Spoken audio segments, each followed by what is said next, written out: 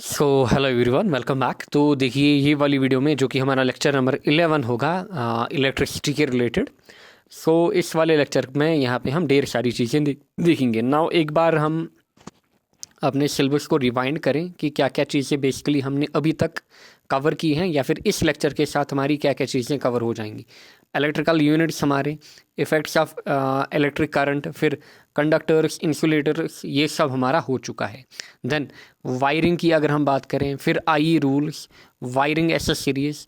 Now switches हम इसी में देखेंगे। फ्यूज़ भी हमारा हो गया है। MCB, ELCB, MCCB, RCCB, ये भी इसी लेक्चर में आपका हो जाएगा। Relays, then earthing, megger, tester, ये सब इसी में आपका हो जाएगा। इतना पार्ट आपका फ़िलहाल हो चुका है।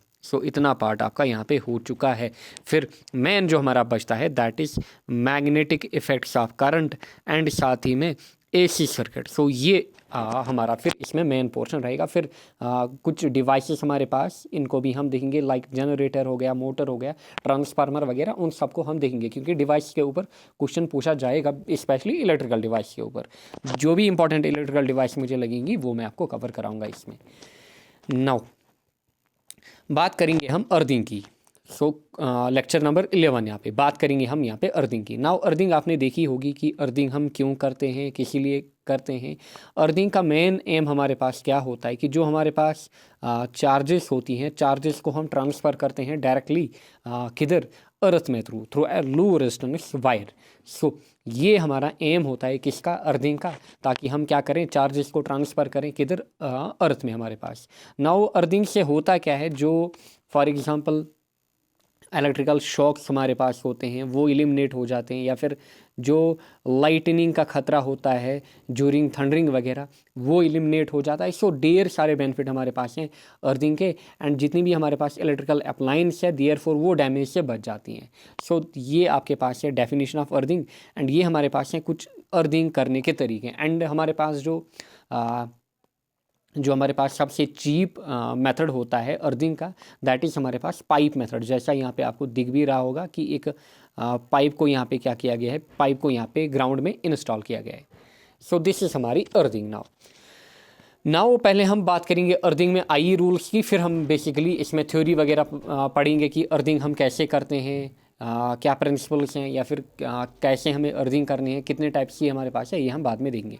नाउ पहले हम यहाँ पे अर्थिंग रूल्स की बात करेंगे, अर्थिंग रूल्स की। एंड इसमें आप पहले लगाओगे हेडिंग यहाँ पे, permissible permissible earth resistance,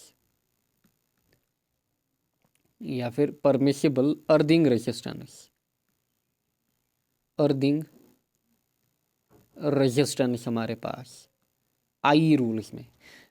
permissible earthing resistance, these are very important I rules. पहले यहाँ पे हमारे पास अर्थ, जो अर्थ हमारे पास है इसकी रेजिस्टेंस जो हमारे पास होती है कितनी होती है। फिर हम देखेंगे हमारे पास जो पावर स्टेशन होता है, पावर स्टेशन, एंड स्पेशली अगर पावर स्टेशन में लो टेंशन वायर आ रही है, देन दूसरा इसी में पावर स्टेशन हमारे पास, अब हमारे पास इसमें जो लाइन है दैट इज़ EHT वाली, एक्स्ट्रा हाई टेंशन। फिर 33 किलो वोल्ट सब स्टेशन हमारे पास। ये क्या चीज़ें हैं, ये डायरेक्ट कोड में मेंशन की गई हैं। नाउ इनके वैल्यूज़ बेसिकली यहाँ पे आपको याद रखने हैं। फिर अगर आपको स्मॉल स्टेशन बोला जाए, स्मॉल स्टेशन, या फिर मीडियम स्टेशन, इसके बाद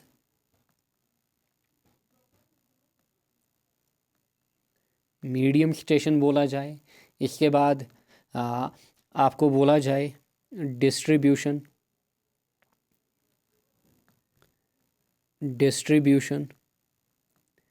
ट्रांसफार्मर स्ट्रक्चर,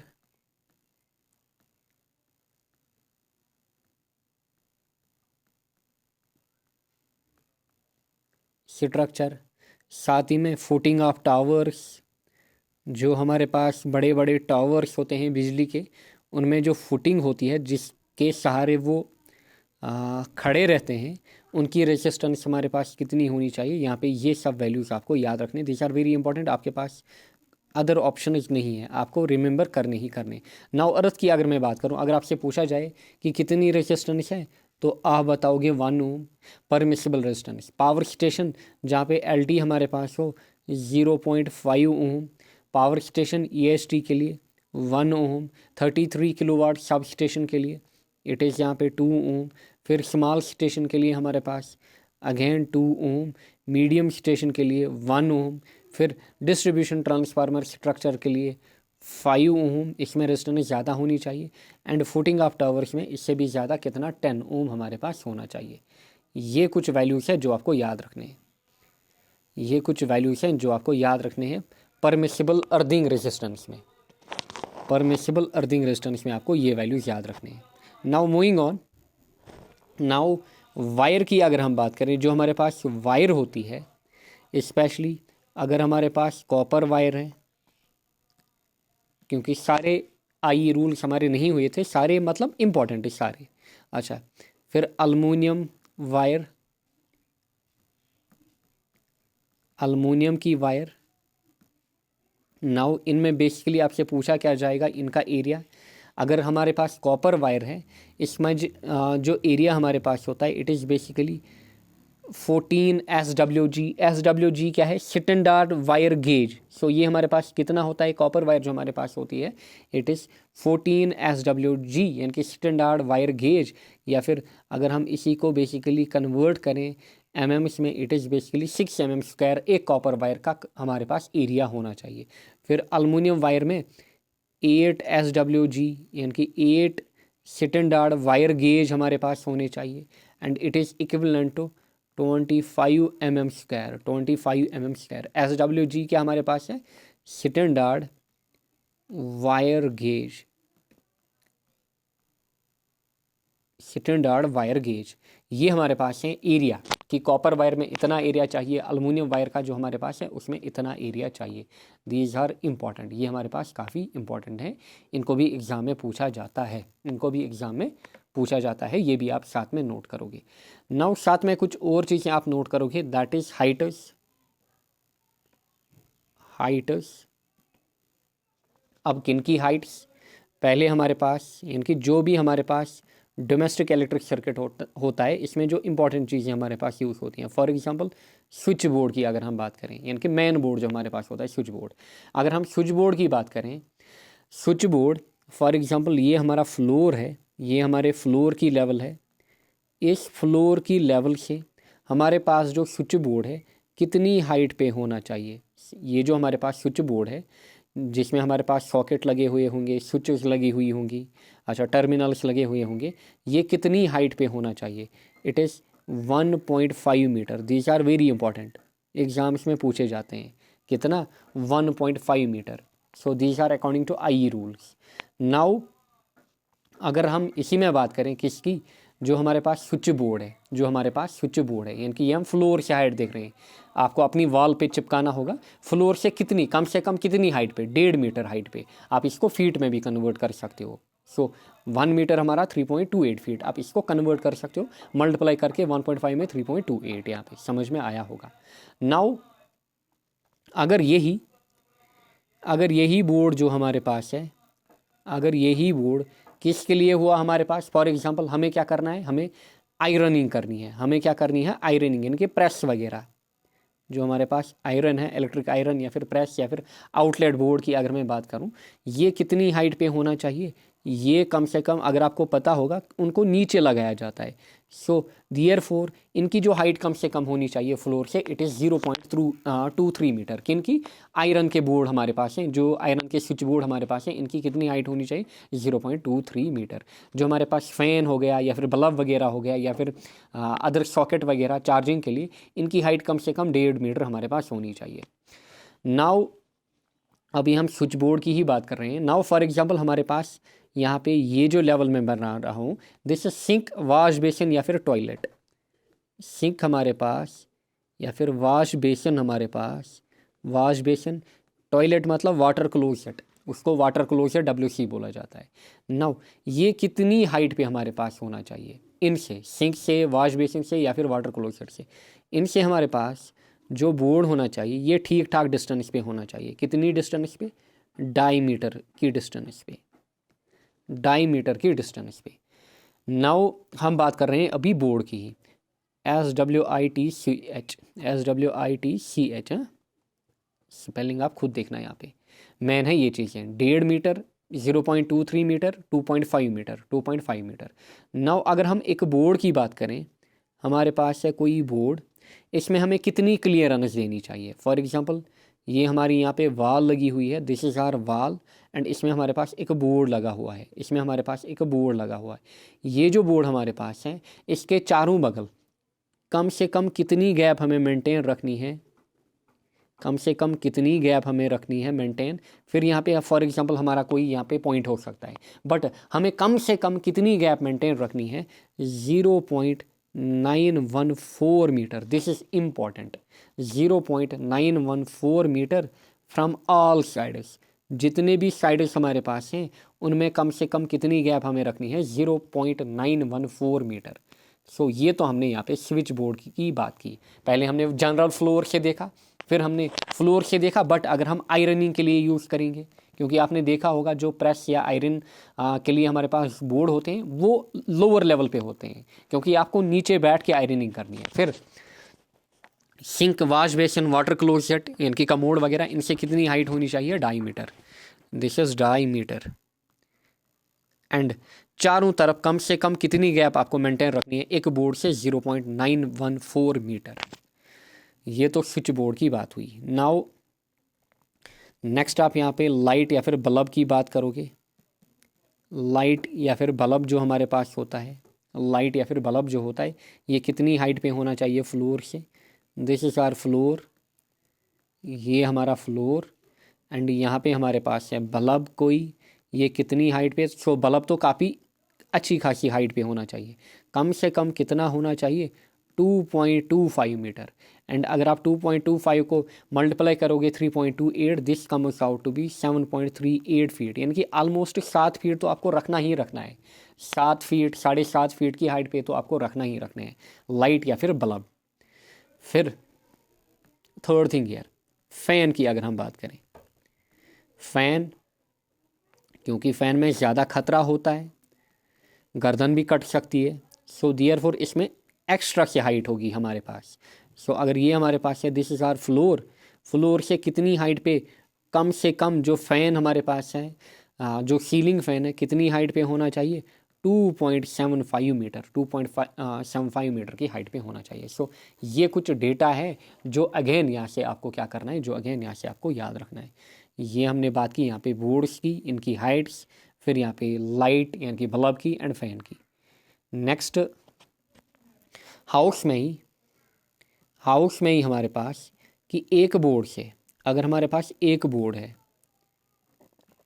एक बोर्ड पे कितने पॉइंट्स हमारे पास एटलीस्ट होने चाहिए, एटलीस्ट नहीं maximum.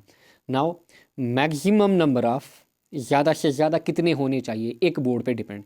Maximum number of light, specially कौन से बल्ब्स की अगर मैं बात करूं, जो बल्ब के पॉइंट मैक्सिमम एक बोर्ड से होने चाहिए, बल्ब पॉइंट्स वो कितने होने चाहिए। फिर मिनिमम की भी बात करेंगे, चलिए मिनिमम नंबर ऑफ लाइट या फिर बल्ब्स के पॉइंट्स हमारे पास कितने होने चाहिए एक बोर्ड से, मिनिमम एंड मैक्सिमम।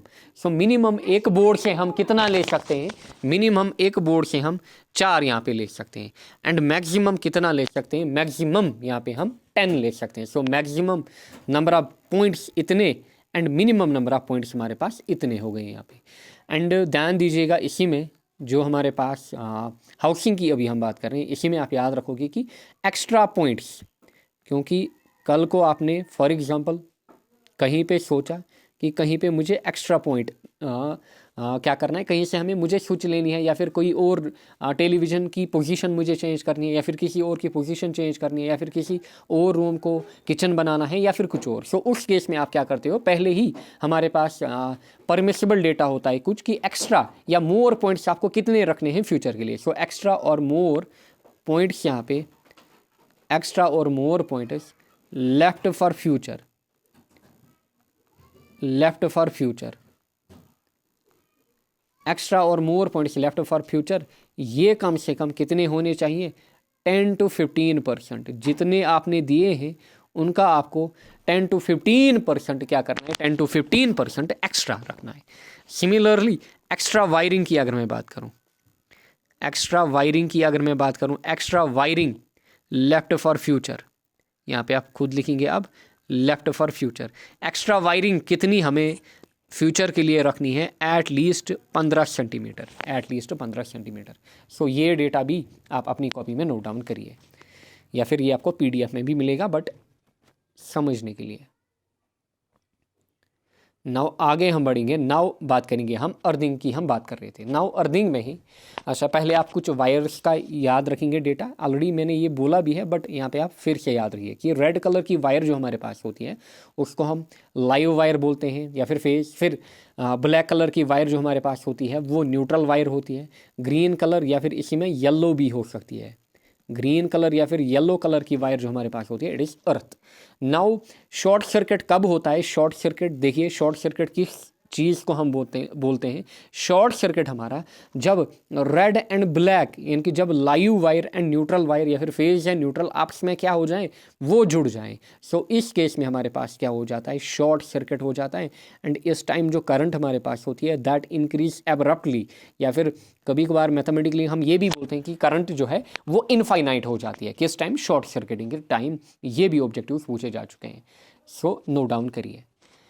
नाउ अगर हम यहाँ पे टाइप्स ऑफ अर्थिंग की बात करें, 3 टाइप के हमारे पास हैं। एक है पाइप अर्थिंग जो कि हमारे पास मोस्ट कॉमन एंड चीप हमारे पास है, दूसरा हमारे पास स्ट्रिप अर्थिंग, एंड तीसरा हमारे पास प्लेट अर्थिंग। नाउ पहले सिंपल भाषा में आपको समझा देंगे, फिर यहाँ से जो भी डेटा है ये आप खुद यहाँ पे देख सकते हो कि अर्थिंग बेसिकली हम कैसे करते हैं। नाउ देखिए, ये फॉर एग्जाम्पल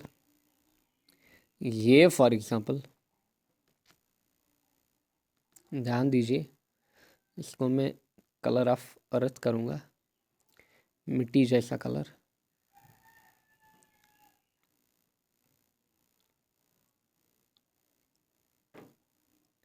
ये फॉर एग्जांपल ये मानिए कि ये अर्थ है हमारी, दिस इज आर अर्थ, ये हमारे पास क्या है, अर्थ। एंड ये, वेट ए सेकंड यार, एंड ये हमारे पास अर्थ की टॉप लेयर है, ये हमारे पास अर्थ की टॉप लेयर है। नाउ ध्यान दीजिएगा, पहले हम क्या करते हैं, पहले हम एक गड्ढा खोदते हैं। पहले हम क्या करते हैं, यानी कि वी डिग ए पिट। सो पहले हम क्या करेंगे, एक पिट को डिग करेंगे। वेट ए सेकंड, पिट हमने खोदिए,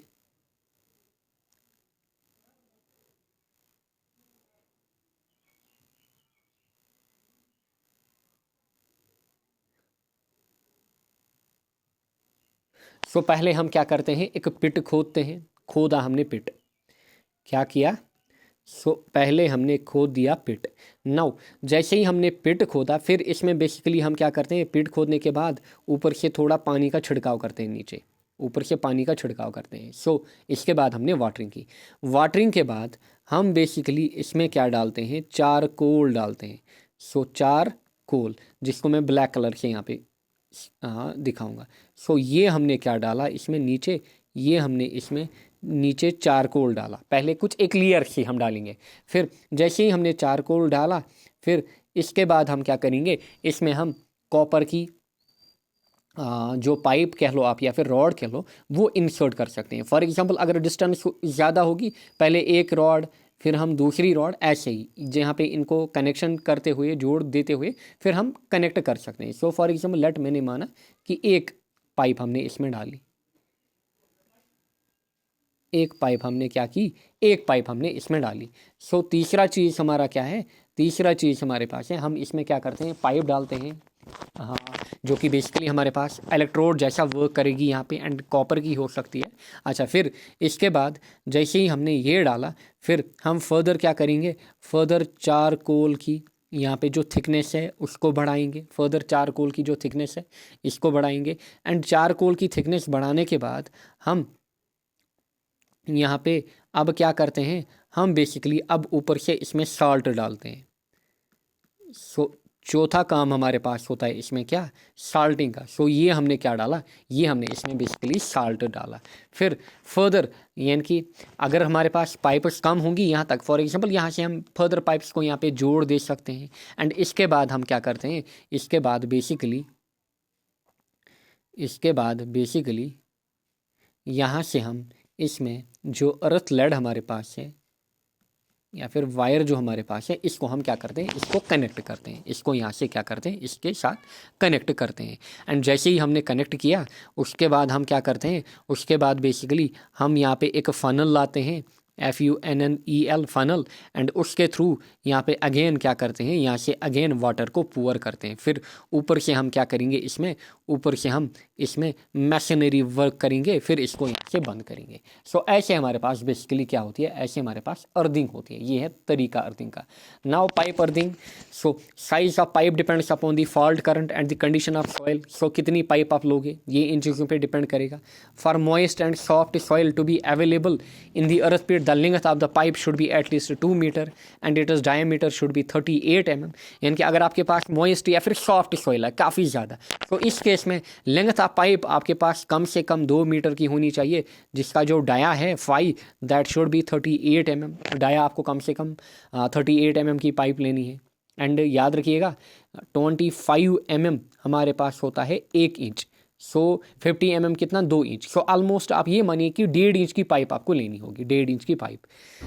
if the soil is dry and rocky the length of the pipe should be increase to. So अगर ड्राई या फिर क्या होगी, लेंदी होगी, सॉरी रॉकी होगी, सो उस केस में आपको लेंथ बढ़ानी होगी, क्योंकि वो इजीली अंदर नहीं जाएगी। सो आपको लेंथ यहाँ पे क्या करनी होगी, बढ़ानी होगी। एंड डाया वगैरह ये भी यहाँ पे मेंशन किया गया है। Pipe should be placed at a depth 4.7 metre below ground level. So कम से कम जो डेप्थ होनी चाहिए that should be 4.75 metre below ground level. The bottom of pipe is surrounded by small piece of coke या फिर charcoal at a distance of about 15 centimetre. कम से कम नीचे 15 सेंटीमीटर तक आपको क्या देना है, कम से कम 15 सेंटीमीटर तक आपको यहाँ पे 15 सेंटीमीटर मतलब 150 mm। वो कितना हुआ हमारा, दैट इज 4 यानी कि 6 इंच तक, 6 इंच तक आपको क्या करना है, 6 इंच तक आपको चारकोल इसमें डालना है। फिर alternate layers of Coke and salt, यानी कि पहले साल्ट फिर अगेन कोक फिर साल्ट वगैरह ये सब आप डालते जाओगे। सो ये आप देख सकते हो जनरली 10 kg का चारकोल एंड 10 kg का साल्ट हमारे पास यूज़ होता है इसमें। So this is basically pipe earthing. फिर स्ट्रिप अर्थिंग दूसरा टाइप। स्ट्रिप अर्थिंग में हम क्या करते हैं, स्ट्रिप इलेक्ट्रोड्स आप क्रॉस सेक्शन, जिनका क्रॉस सेक्शन कम से कम 25 mm to 1.6 mm होना चाहिए अगर हम कॉपर इलेक्ट्रोड यूज़ कर रहे हैं। सो उस केस में हमारे पास जो इलेक्ट्रोड है, जिनका हमारे पास जो एरिया है वो इतना होना चाहिए 25 mm to 1.6 mm। एंड अगर हम GI या फिर स्टील का क्रॉस सेक्शनल शीट यूज़ करें या फिर इलेक्ट्रोड यूज़ करें, उसमें हमारे पास डायमेंशन इतनी होनी चाहिए। ये सब चीज़ें आप देख सकते हैं। फिर यहाँ पे है प्लेट अर्थिंग। प्लेट अर्थिंग में हम क्या करते हैं, प्लेट अर्थिंग में हम गैल्वनाइज्ड आयरन प्लेट लेते हैं, जो कि जिसका साइज़ या फिर जिसके डायमेंशन हमारे पास होने चाहिए 60 सेंटीमीटर इंटू 6.35 mm। यानी कि यहाँ से 60 सेंटीमीटर, यहाँ से 60 सेंटीमीटर, एंड जो थिकनेस होनी चाहिए that should B 6.3 mm thickness यहाँ पे होनी चाहिए। अच्छा, अगर आप कॉपर प्लेट यूज़ करेंगे, ये तो गैल्वनाइज्ड आयरन प्लेट, सो उस केस में जो हमारे पास साइज़ है वो इतना होना चाहिए 60 बट यहाँ पे 3.18 mm। सो ये चीज़ें आप याद रख सकते हो, बेसिक चीज़ें हैं, बट डायमेंशन के ऊपर ज़्यादा क्वेश्चन नहीं पूछे जाएंगे, बट थोड़ा ध्यान रखना, स्पेशली यहाँ पे डाया के ऊपर ध्यान रखना। फिर यहाँ पे इन प्लेट्स का साइज़ जो है, साइज़ के ऊपर ध्यान रखना, इनका आप अच्छे से ध्यान रखोगे। सो ये हमारे पास है अर्थिंग के 3 तरीके, and this is how we do earthing. Now earthing के रिलेटेड ही हमारे पास कुछ चीज़ें हैं। मैगर क्या होता है, अर्थ टेस्टर क्या होता है, देखिए ये आपको यहाँ पे मैगर दिख रहा है, दिस इज यहाँ पे अर्थ टेस्टर, ये अर्थ टेस्टर है। नाउ मैगर की अगर हम बात करें, megger is a portable instrument, दोनों हमारे पास इंस्ट्रूमेंट्स या फिर डिवाइस होते हैं। अच्छा, मैगर का काम क्या होता है, ये मेजर करता है हाई इंसुलेशन रेजिस्टेंस को, यानी कि अगर काफ़ी ज़्यादा रेजिस्टेंस हमारे पास है किसमें, इलेक्ट्रिकल वायर्स में, इलेक्ट्रिकल कंपोनेंट्स में एंड सिस्टम्स में, ये इसको मेजर करता है। अर्थ टेस्टर की अगर हम बात करें, ये लो रेजिस्टेंस को मेजर करता है, स्पेशली फॉर एग्जांपल पिट वगैरह, अर्थिंग पिट आपने यहाँ पे खोदा जैसे आप अर्थिंग यहाँ पे कर रहे हो, फॉर एग्जांपल आपको यहाँ पे अर्थ की रेजिस्टेंस नापनी है, सो वो आप करोगे अर्थ टेस्टर से। अच्छा, यानी कि लो लेवल की रेजिस्टेंस। अगर आपको हाई लेवल की रेजिस्टेंस, हाई मैग्नीट्यूड की रेजिस्टेंस को मेजर करना है, सो उसके लिए आप क्या यूज़ करते हो, मैगर। ये एक इंस्ट्रूमेंट हमारे पास होता है, नीचे आपको दिख रहा होगा, दिस इज मैगर एंड ये हमारे पास है earth tester. Now it works on the principle of electromagnetic induction, electromagnetic induction के प्रिंसिपल पे ये वर्क करता है। अच्छा, जो इलेक्ट्रिक पावर होता है मैगर में, वो कहाँ से सप्लाई होता है, by magnetic DC generator, DC generator से यहाँ पे सप्लाई होता है। फिर यहाँ पे हम टेस्ट वोल्टेजेस लेते हैं जिनका ऑर्डर हमारे पास होता है 500, 1000, 2500 वोल्ट वगैरह, ये हमारे पास यहाँ पे ट्रायल्स होते हैं। फिर जो ऑपरेशन होता है मैगर का, it is based on moving coil meter, so moving coil meter भी इसमें लगा हुआ होता है। एंड साथ ही में जो हाई रेजिस्टेंस हम मेजर करते हैं वो हम सीरीज टाइप ओम मीटर से मेजर करते हैं। ये चीज़ें आप याद रख सकते हो कि क्या क्या बेसिक चीज़ें हमारे पास मैगर में होती हैं।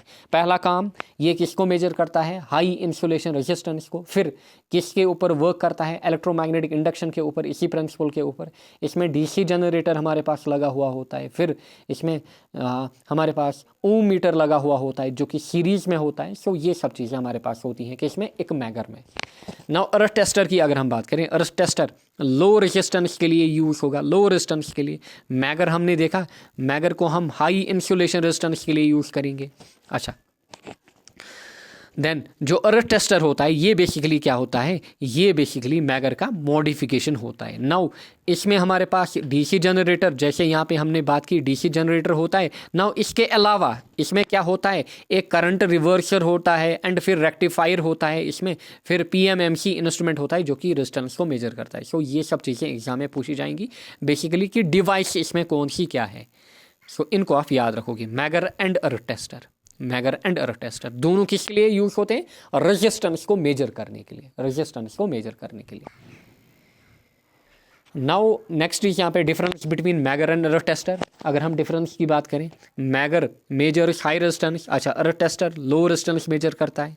Megger can test quality of insulation, मगर अर्थ टेस्टर जो है वो नहीं कर पाएगा, क्योंकि यहाँ पे हमने देखा जो मैगर होता है ये हाई इंसुलेशन रेजिस्टेंस को चेक करता है। सो क्वालिटी ऑफ इंसुलेशन ये चेक कर सकता है। Megger can be used above the specified voltage, जो हमें हमारे पास फॉर एग्जांपल स्पेसिफाइड वोल्टेज होते हैं इनके अबोव ये वर्क कर सकता है, वाइल अर्थ टेस्टर कांट। सो ये कुछ डिफरेंस भी हैं जो एग्जाम्स में पूछी जा सकती हैं, इनको भी आप ध्यान में रखोगे। नाउ आगे हम बात करेंगे सर्किट ब्रेकर्स की। जनरली आपके घर में लगे हुए होते हैं सर्किट ब्रेकर। सर्किट ब्रेकर में हमारे पास फ्यूज़ भी आता है। सो वो भी हमारे पास है सर्किट ब्रेकर, यानी कि जैसे ही हाई करंट आई, एब्रप्टली हमारे पास इनफाइनाइट करंट आई जो कि हमारे अप्लायंस को डैमेज कर सकती है। सो उसके लिए हमारे पास फ्यूज़ होता है। वो फ्यूज़ जो है वो यहाँ पे करंट को कितना बनाएगा, ज़ीरो बनाएगा, यानी कि सर्किट को ब्रेक करेगा। बट आजकल हम देखते हैं हमारे पास स्पेशल सर्किट ब्रेकर्स होते हैं, क्योंकि एडवांस का टाइम आया है। एंड ये जो हमारे पास स्पेशल सर्किट ब्रेकर्स हैं ये क्या हैं, एमसीबी हमारे पास हैं, एमसीसीबी, आरसीसीबी, ईएलसीबी, ये चार आपको इसमें देखने हैं। आपके सिलेबस में भी यही चार मेंशन किए गए कि एमसीबी क्या है, एमसीसीबी क्या है, आरसीसीबी क्या है, ईएलसीबी। नाउ ये बेसिकली सभी हमारे पास क्या हैं, सर्किट ब्रेकर्स। ये हमारे पास क्या हैं, सर्किट ब्रेकर्स। नाउ यहीं पे आप ध्यान रखोगे ऑब्जेक्टिव में, या फिर बेसिक कॉन्सेप्ट जो यहाँ पे है, दैट इज जो एमसीबी एंड एमसीसीबी हमारे पास है। अभी इनकी हम बात भी करेंगे, फुल फॉर्म वगैरह क्या है। जो इन दोनों का काम है, एमसीबी या फिर एमसीसीबी, वो मेन है। ये किसके लिए हम इनका डिज़ाइन करते हैं, that is related to short circuit. एक तो शॉर्ट सर्किटिंग के लिए, दूसरा हमारे पास ओवरलोडिंग के लिए, दूसरा हमारे पास ओवरलोडिंग के लिए। यानी कि अगर शॉर्ट सर्किट हमें प्रिवेंट करना है, उस केस में एमसीबी या फिर एमसीसीबी हम लगाएंगे। अब जो एमसीबी हमारे पास है, ये डोमेस्टिक सर्किट्स में यूज़ होती है हमारे घर में। जो MCCB है ये हायर लेवल पे, जहाँ पे काफ़ी ज़्यादा करंट हाई आ रही होगी, हाई वोल्टेज इनके इंडस्ट्रीज़ में, फैक्ट्रीज़ में। देन दूसरा पॉइंट ओवरलोडिंग। सो अगर हमारे पास ओवरलोडिंग हो रही है तब इनका काम हमारे पास होता है। आप देखते हो फॉर एग्जांपल आपके पास हाई वोल्टेज आई या फिर हाई करंट आई, जो MCB में स्विच होती हैं वो खुद से गिर जाती हैं, वो ऑटोमेटिकली क्या होती हैं, वो नीचे की ओर गिर जाती हैं। सो आपके सर्किट में जो करंट है, करंट आपकी ज़ीरो हो जाती है एंड आपके घर में बिजली चली जाती है। क्यों ऐसा क्यों होता है? क्योंकि ये जब भी हाई करंट आती है इसमें जो सेटिंग रीडिंग्स हमारे पास होती है कि जब भी इससे ज़्यादा आएगी, सो इसमें जो फॉर एग्जांपल रेटिंग्स हमारे पास होगी उससे जब भी ज़्यादा करंट या फिर वोल्टेज एक्सीड करेगी, इसमें जो स्विच होगी ये नीचे गिरेगी, यानी कि हमारा सर्किट जो होगा वो ब्रेक होगा दोनों में, MCCB में एंड MCB में। नाउ RCCB एंड ELCB ये क्या है? अगर हम इनकी बात करें, इनमें आपको मेन फंडा याद रखना है कि ये शॉर्ट सर्किटिंग एंड ओवरलोडिंग के रिलेटेड नहीं है। ये किस लिए हैं? फिर इनका काम है अगर करंट का लीकेज हो रहा है, लीकेज करंट या फिर शॉक को प्रिवेंट करना, ये आपको शॉक लगने से बचाते हैं। एंड जो लीकेज हो रहा है करंट का वही बेसिकली रिलेटेड है शॉक के साथ, ये आपको इस केस में बचाते हैं। नाउ लीकेज को यहाँ पे समझिए, लीकेज क्या है? फॉर एग्जांपल यहीं पे मैं टर्मिनोलॉजी आपको समझाऊंगा, फिर आगे आप खुद यहाँ पे नोट्स वगैरह देख सकते हो।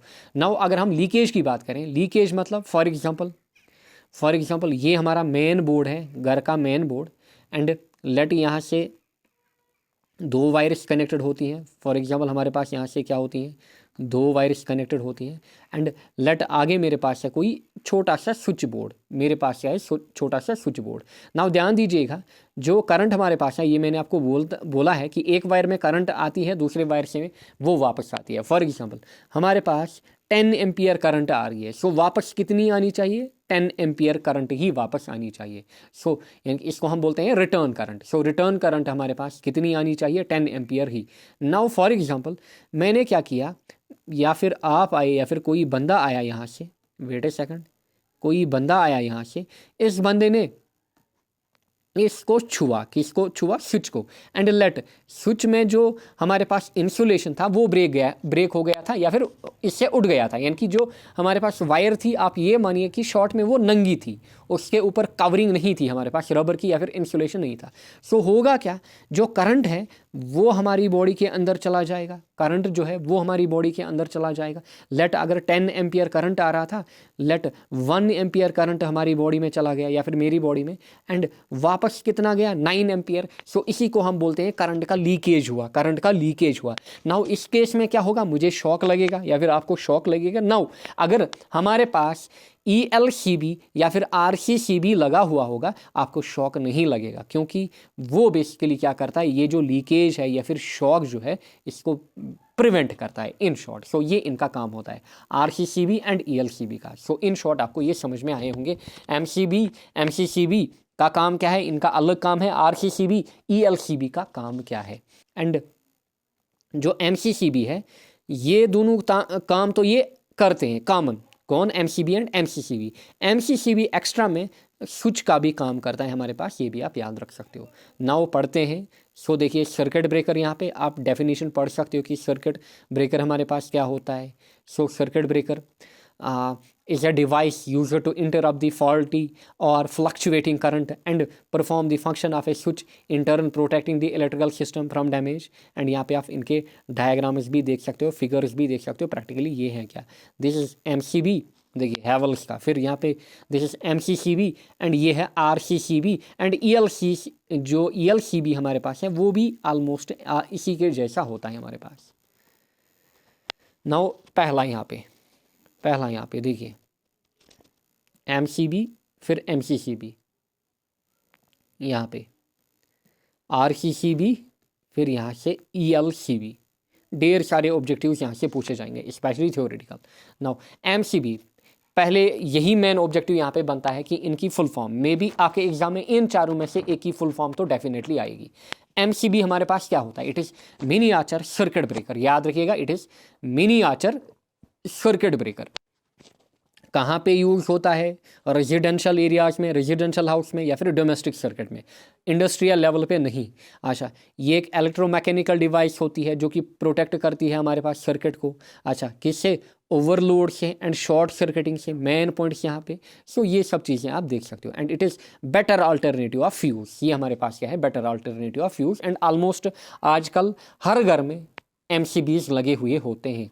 नाउ इसमें जो करंट हमारे पास आती है, जो MCB हमारे पास है, इसमें जो करंट रेटिंग है वो लो होती है, 0.5 टू पहले 60 या फिर 63 एम्पियर्स तक होती थी, बट आज 100 एम्पियर्स तक भी आती है, 0.5 टू 100 एम्पियर्स।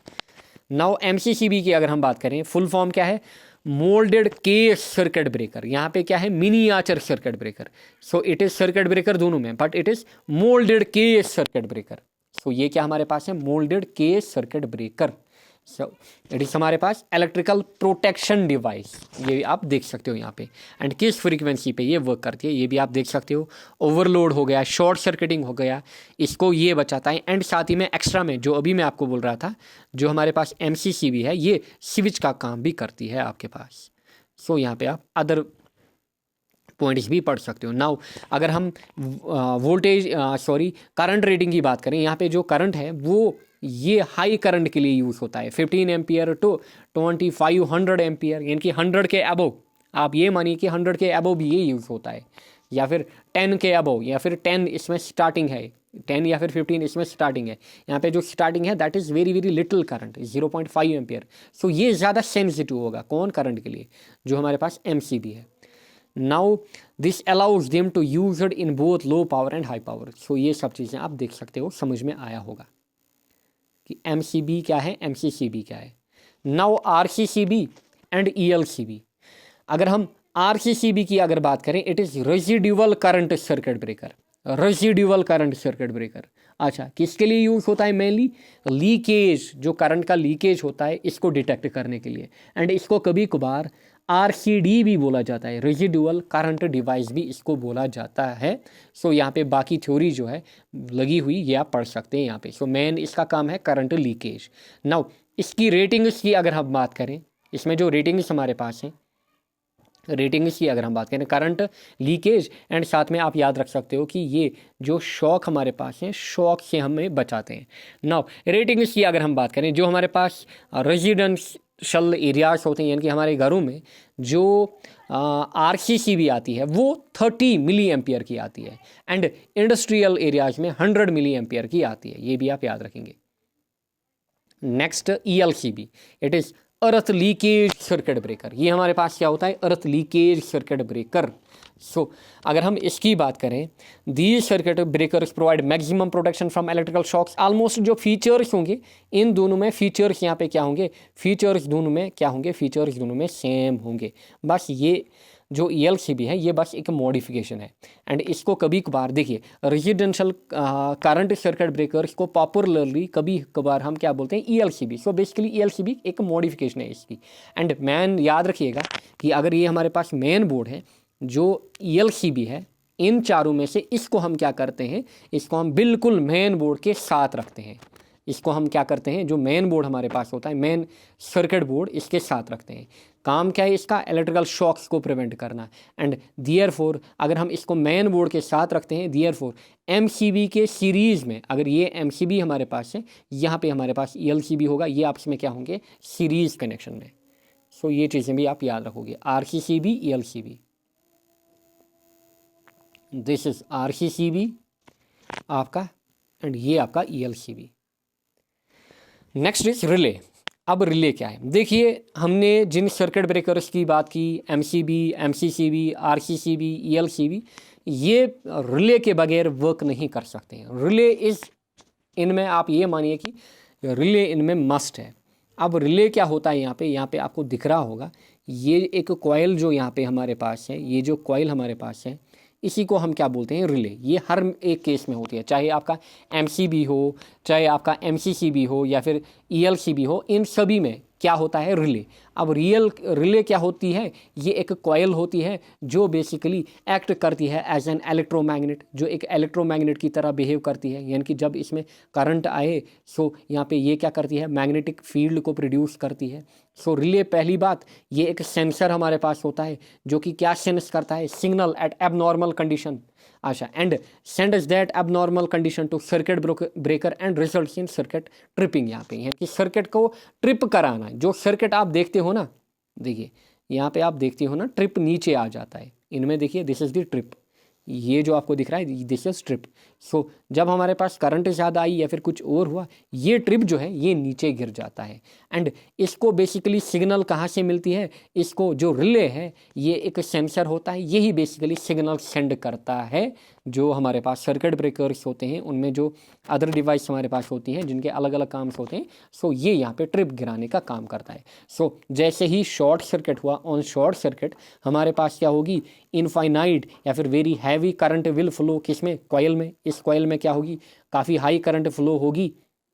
एंड ये जो कॉइल हमारे पास है जो आपको दिख रही होगी, ये कॉइल क्या बिहेव करेगी, it will behave like a strong magnet. So जैसे ये स्ट्रॉन्ग मैग्नेट की तरह बिहेव करेगा, सो इसमें क्या होगी, मैग्नेटिक फील्ड प्रोड्यूस होगी। एंड वो जो मैग्नेटिक फील्ड होगी वो ट्रिगर को, जो इसमें ट्रिगर लगा हुआ होता है उसको हिट करेगा, जो ट्रिगर मैकेनिज्म होगा उसको हिट करेगा। एंड जो सर्किट हमारे पास है वो नीचे ट्रिप होगा। ये किसका काम है, ये है रिले का काम। सो it is electrically operated switch, इसको हम इलेक्ट्रिकली ऑपरेटेड स्विच भी बोलते हैं। It uses electromagnetism. सो ये किसका यूज़ करती है, इलेक्ट्रोमैग्नेटिज्म का, क्योंकि ये खुद एक क्या होता है, एक इलेक्ट्रोमैग्नेट। कौन, रिले। नेक्स्ट हमारे पास है स्विच। अब स्विच क्या होती है, स्विच की अगर हम बात करें, जैसे आपको दिख रहा होगा आपके घर में भी सिंपल स्विच या फिर 2 वे स्विच हमारे पास, देखिए। सो दिस इज सिंपल स्विच हमारे पास, ये हमारे पास क्या है, 2 वे स्विच जो आपको दिख रही होगी। नाउ स्विच की अगर हम बात करें, स्विच क्या है, अगेन इलेक्ट्रिकल डिवाइस जो कि मैनुअली या फिर ऑटोमेटिकली भी क्या करती है, ब्रेक करती है, किसको, जो हमारे पास इलेक्ट्रिकल सर्किट है इसको ब्रेक करती है, चाहे मैनुअली या फिर ऑटोमेटिकली, कहीं पे ऑटोमेटिकली कहीं पे मैनुअली। अच्छा, it controls the flow of current in a circuit. So ये क्या करती है, फ्लो ऑफ करंट को सर्किट में क्या करती है, स्टॉप करती है। नाउ फॉर एग्जाम्पल जो भी सर्किट ब्रेकर्स हमारे पास थे, अगर ये हमारे पास है, ये हमारे पास है यहाँ पे कनेक्शन, ये हमारे पास है यहाँ पे कनेक्शन, यहाँ से हमारे पास है वोल्टेज। नाउ जो सर्किट ब्रेकर हमारे पास है, इनका काम क्या होता है, जब यहाँ से करंट फ्लो हो रही होगी कनेक्शन में। नाउ जो सर्किट ब्रेकर हमारे पास है या फिर स्विच हमारे पास है, दिस इज स्विच, आप इसको स्विच भी मान सकते हो, ये है स्विच हमारे पास। नाउ इनका शॉर्ट काम होता है, क्या काम होता है, यहाँ से जो करंट आ रही है इस करंट को ज़ीरो करना, इस करंट को यहाँ पे क्या करना, ज़ीरो करना, इसको आगे नहीं जाने देना हमारी अप्लायंस में। सो ये बेसिकली होता है काम सर्किट ब्रेकर्स का एंड स्विच का भी। सो ये भी करंट को क्या करती है, कंट्रोल करती है, सिंपल ऑन ऑफ से। नाउ अलग अलग टाइप्स की हमारे पास स्विचेस होती हैं, यहाँ पे देखिए। पहले हमारे पास सिंगल पोल 1 वे स्विच, दूसरी हमारे पास सिंगल पोल 2 वे स्विच, फिर इंटरमीडिएट या फिर 4 वे स्विच हमारे पास। Now single pole 2 way switch की अगर हम पहले सिंगल पोल 1 वे स्विच की अगर हम बात करें, या फिर इन शॉर्ट आप बोलोगे 1 वे स्विच। 1 वे स्विच सिंपल जो आपके घर में लगी हुई होती है, नॉर्मल स्विच जो आप देखते हो, नॉर्मल स्विच जो लगी हुई होती है, आप इसको, इसमें ऊपर क्या होता है, ऑफ लगा हुआ, नीचे ऑन। आप इसको ऑन करते हो, बिजली आती है, आपका बल्ब ग्लो करता है, आपका चार्जर कनेक्ट होता है। आप इसको ऑफ करते हो, सो बिजली चली जाती है आपके रूम में। सो ये हमारे पास है, ये हमारे पास है 1 वे स्विच जो आपको दिख रही होगी। नाउ इसकी सर्किट डायग्राम जो है ये आपसे पूछी जा सकती है, किसी की भी सर्किट डायग्राम आपको एग्जाम में दी जा सकती है। So this is 2 terminal device. So ये बेसिकली हमारे पास क्या है, 2 terminal device capable of making and breaking a single circuit only. खाली एक सर्किट को ये क्या कर सकती है, ब्रेक कर सकती है, ये आप याद रखोगे। अच्छा, लाइट हो गया, फैन हो गया, या फिर छोटे एम्पियर सॉकेट हो गए, इनको ये कंट्रोल करता है। अच्छा देखिए, यहाँ से हमारे पास क्या होता है, देखिए ऑन कंडीशन में, this is on condition, and ये क्या है, 1 वे स्विच। देखिए ध्यान दीजिए, यहाँ से हमारे पास सप्लाई आ रहा है, यहाँ से हमारे पास सप्लाई आ रही है, एंड एक वायर जो होगी वो फेज होगी हमारे पास, या फिर लाइव वायर, एंड दूसरी हमारे पास क्या होगी, दूसरी हमारे पास न्यूट्रल वायर होगी, जो ऑलरेडी मैंने आपको बोला है। अच्छा, यहाँ से क्या होगा, यहाँ से एक हमारे पास जो फेज है या फिर लाइव वायर, ये यहाँ से लैंप के साथ कनेक्टेड होगी एंड यहाँ से हमारे पास क्या होगी, एक न्यूट्रल वायर भी इसके साथ कनेक्टेड। सो ये बेसिकली है सिंपल सर्किट डायग्राम किसका, हमारे पास वन वे स्विच का। ऐसे हमारे पास होती है, यानी कि एक यहाँ से हमारे पास लाइव वायर या फिर फेज एंड एक यहाँ पे हमारे पास न्यूट्रल वायर। नेक्स्ट इज हमारे पास single pole two way switch. Now two way switch में हमारे पास क्या होगा, ये बेसिकली हमारे पास क्या है, जो टू वे स्विच होती है इट इज़ 3 टर्मिनल डिवाइस। यहाँ पे क्या थे हमारे पास 2 टर्मिनल्स। अब इसमें हमारे पास क्या होते हैं, देखिए गौर से देखिए, इसमें हमारे पास 1, 2 और 3 टर्मिनल्स होते हैं। कितने टर्मिनल्स होते हैं यहाँ पे आपको दिख भी रहा होगा कितने टर्मिनल्स हमारे पास होते हैं, 3 टर्मिनल डिवाइस हमारे पास होती है। देयरफॉर ये सलाहियत रखती है कि किनको ब्रेक करने में कम से कम 2 कनेक्शन, यानी कि 2 सर्किट को ब्रेक करने में फ्रॉम ए सिंगल पोजीशन। ये एक सिंगल सर्किट को ब्रेक करने के लिए, ये यहाँ पे हमारे पास 2 सर्किट्स को ब्रेक करने के लिए, ये भी ऑब्जेक्टिव्स आपसे पूछे जाते हैं।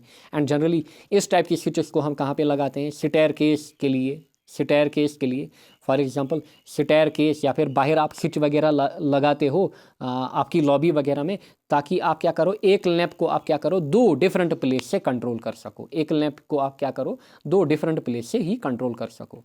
सो एग्जाम्पल यहाँ पे है, आपको दिख गई, दिस इज हमारे पास 2 वे स्विच एंड ये इसकी circuit diagram.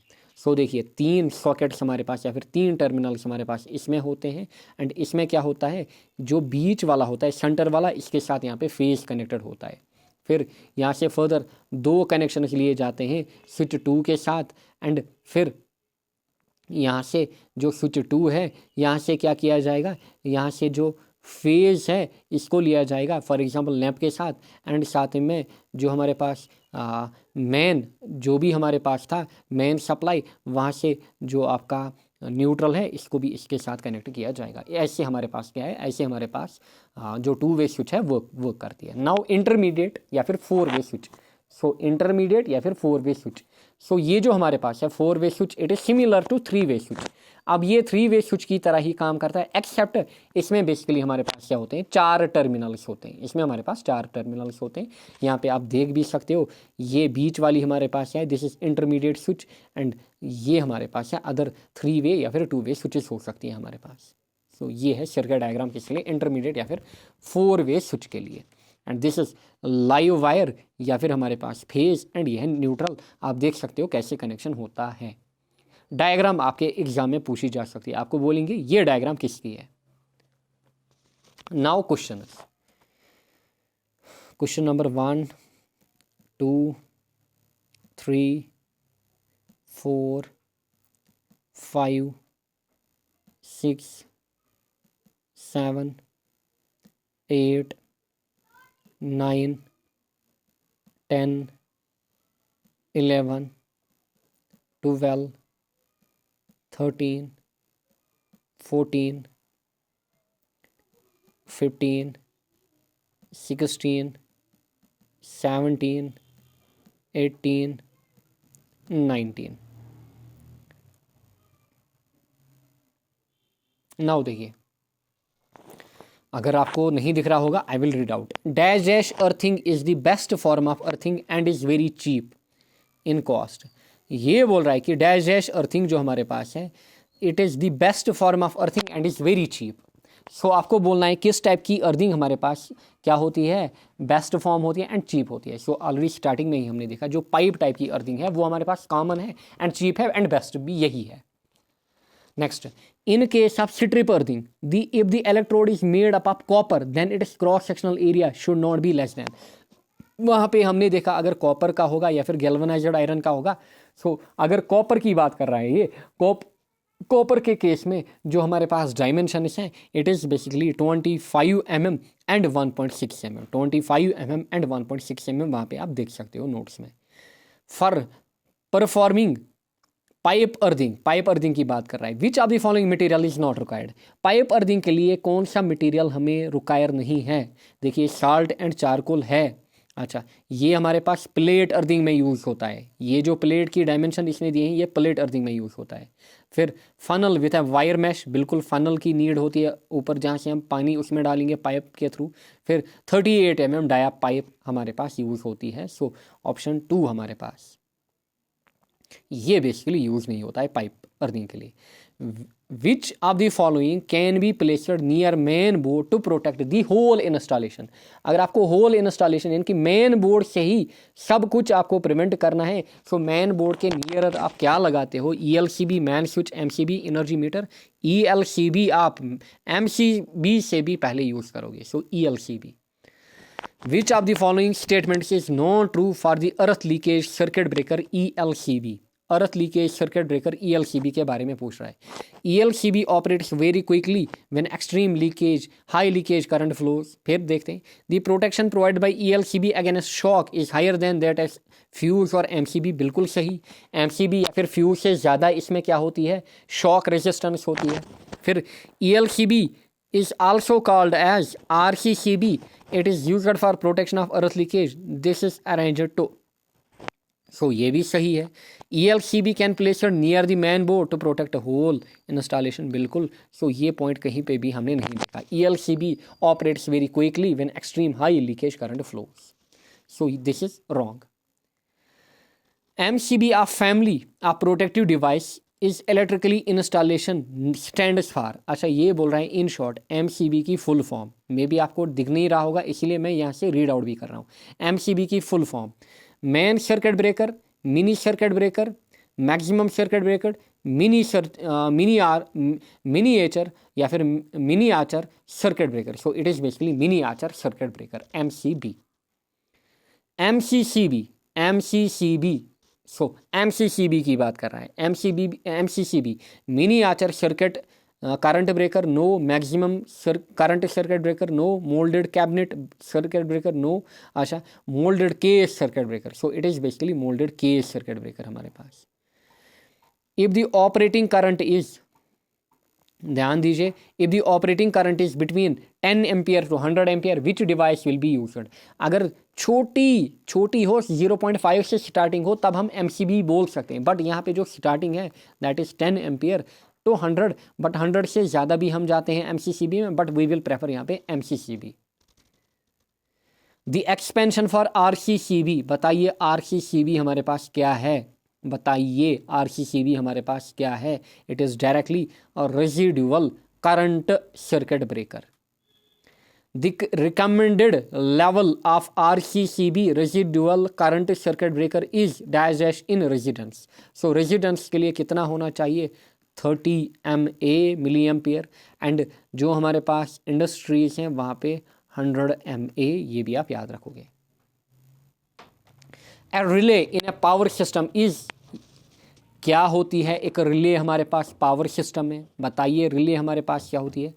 Automatic device that senses N abnormal condition in an electric circuit and close it's contacts. बिल्कुल सही। सो ये एबनॉर्मल कंडीशन को डिटेक्ट करती है, सेंस करती है, एंड इलेक्ट्रिक सर्किट को क्या करती है? बेसिकली ब्रेक करवाती है with the help of electric breakers. A switch is used to dash the electric circuit। Make break on, make break दोनों, मेक या फिर ब्रेक कराने के लिए हम किसका यूज़ करते हैं? स्विच का, यानी कि ऑन ऑफ करने के लिए। Intermediate switch is also called as, बताइए इंटरमीडिएट स्विच जो हमारे पास है उसका दूसरा नाम हमारे पास क्या था? उसका दूसरा नाम हमारे पास था 4-वे switch. A megger is use to measure, बताइए मैगर किसके लिए यूज़ होता है? मैगर बताइए मैगर किसके लिए यूज़ होता है? मीडियम रेजिस्टेंस के लिए, नो वेरी लो के लिए, high value of resistance comma particularly insulation resistance. बिल्कुल सही। The insulation resistance test is performed using a या एन, बताइए इंसुलेशन रेजिस्टेंस टेस्ट जो आप करेंगे वो आप किससे करेंगे? अच्छा, insulation resistance test is performed using a या एन। सो आप क्या करोगे? Ammeter, megger, galvanometer, voltmeter. Insulation resistance test यानी कि हाई रेजिस्टेंस या फिर हाई इंसुलेशन रेजिस्टेंस आपको मेजर करनी है, मैगर का आप यूज़ करोगे। A megger is an instrument used for measuring, बताइए high voltage, high current, high resistance, all of the above. So megger क्या करता है? हाई रेजिस्टेंस को मेजर करता है।